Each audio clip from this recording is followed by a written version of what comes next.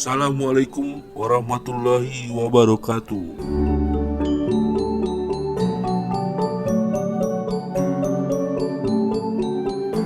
Dikisahkan menurut Babat Tanah Jawa, Sunan Tembayat adalah Raja Majapahit kelima, yaitu Prabu Brawijaya V. Hal ini juga diyakini oleh pengelola makam Sunan Tembayat di Klaten.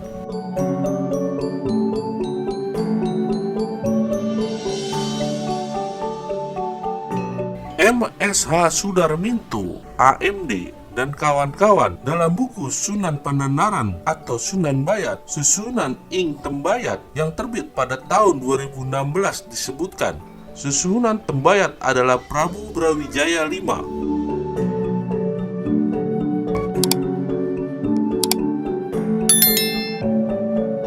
Dikisahkan pada tahun 1478 Masehi, Prabu Brawijaya V, Raja Majapahit yang waktu itu pusat pemerintahannya di Trowulan, Mojokerto, telah turun tahta karena diserang oleh Gerinda Wardana, yang kemudian tata kerajaan dipindahkan ke Kediri dan ia bergelar Prabu Brawijaya VI.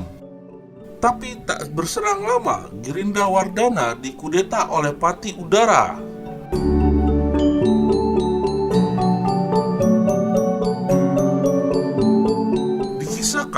Pada saat terjadinya pemberontakan oleh Gerinda Wardana, Prabu Brawijaya berhasil meloloskan diri melalui pintu gerbang rahasia hingga menuju puncak Gunung Lawu.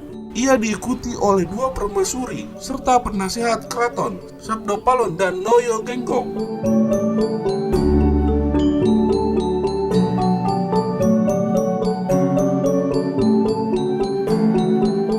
Brawijaya V memanggil penjaga Gunung Lawu untuk menyaksikan bahwa beliau telah melepaskan tahta mahkota dan kebesarannya, kemudian berpesan untuk mengatakan bahwa dirinya telah moksa kalau ada orang yang bertanya tentang dirinya.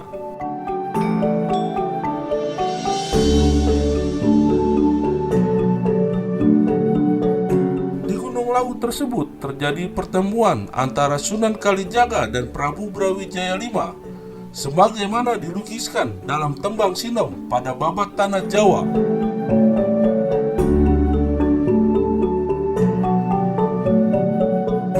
Sunan Kalijaga menasihati Prabu Brawijaya V untuk bersedia memeluk agama Islam.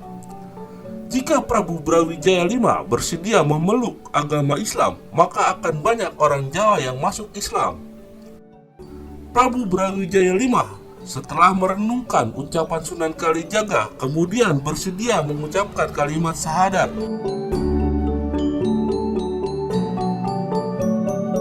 Setelah memeluk agama Islam, Prabu Brawijaya memberitahukan pada pengikut setianya, Sabdopalon dan Noyo Genggong, bahwa dirinya telah meninggalkan agama Buddha dan telah memeluk agama Islam. Tapi keduanya menolak untuk memeluk agama Islam.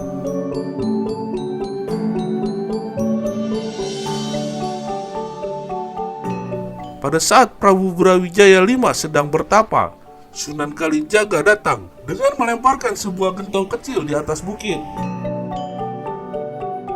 Kemudian Prabu Brawijaya V merasakan adanya sinar yang jatuh di atas bukit yang ternyata sebuah gentong tempat air untuk bersuci. Prabu Brawijaya V menyelesaikan tapanya dan tempat pertapaannya disebut dengan Gunung Gentong.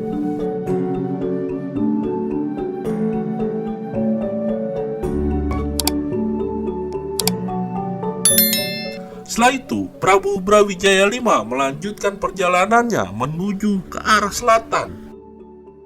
Beliau ingin menemui Ratu Pantai Selatan, tetapi kemudian ragu. Sampailah ia di tempat Ngobaran. Disinilah Prabu Brawijaya V melakukan ritual bakar diri dengan membuat prapen atau tempat pembakaran yang dibuat dari tumpukan kayu bersama kedua istrinya, yaitu Dewi Lowati dan Dewi Bondan Surat.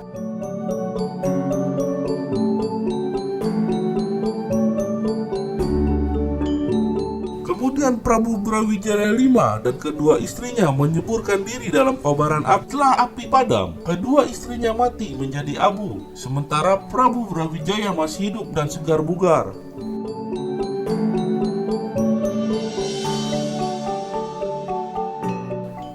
kisah babat tanah Jawa, Prabu Brawijaya V setelah melakukan ritual bakar diri ternyata tidak mempan. Tetap selamat kemudian oleh Sunan Kalijaga diberi nama Ki Jamus dan mendapat tugas untuk menjadi bupati di Semarang.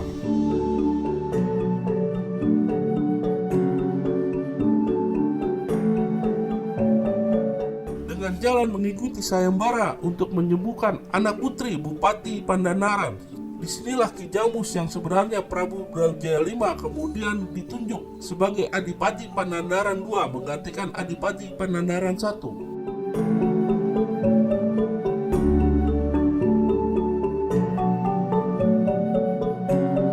Selain versi babat tanah Jawa, ada juga yang berpendapat Sunan Bayat adalah Pangeran Joko Sepena, putra Prabu Brawijaya V.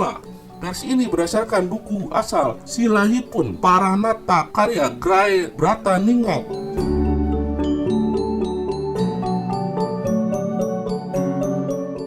Sementara menurut versi Kitab Suluk Walisana, Sunan Tembayat adalah Syahid Kamzah bin Sunan Ampel.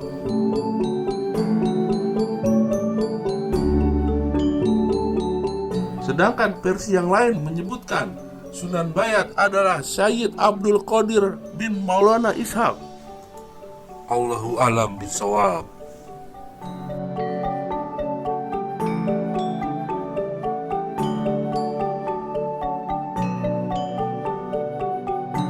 Selepas siapa sebenarnya Sunan Tembayat atau Sunan Bayat Ki Pandanaran ini, tapi kewaliannya diakui oleh raja-raja di pantai selatan, seperti Raja Pajang Sultan Hadiwijaya. Ketika ia selesai berperang melawan Mataram, ia mampir ke makam Sunan Tembayat. Tapi saat hendak berziarah, pintu makam tidak bisa dibuka oleh juru kunci. Akhirnya Sultan Hadiwijaya membatalkan untuk berziarah ke makam Sunan Tembayat. Sultan Hadiwijaya sadar kalau wahyu keraton sudah berpindah ke Mataram.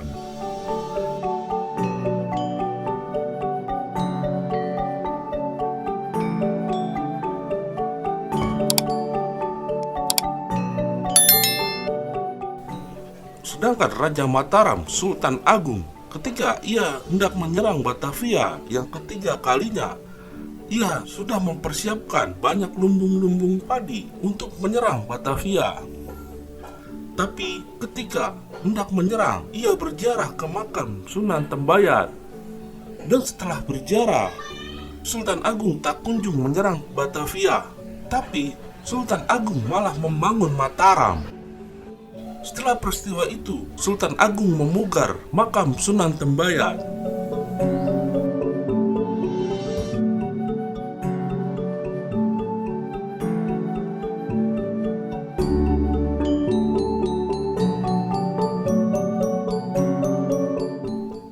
Nah, cerita tersebut menurut sedulur semua bagaimana? Jika ada yang memiliki pendapat lain, silakan tulis di kolom komentar ya.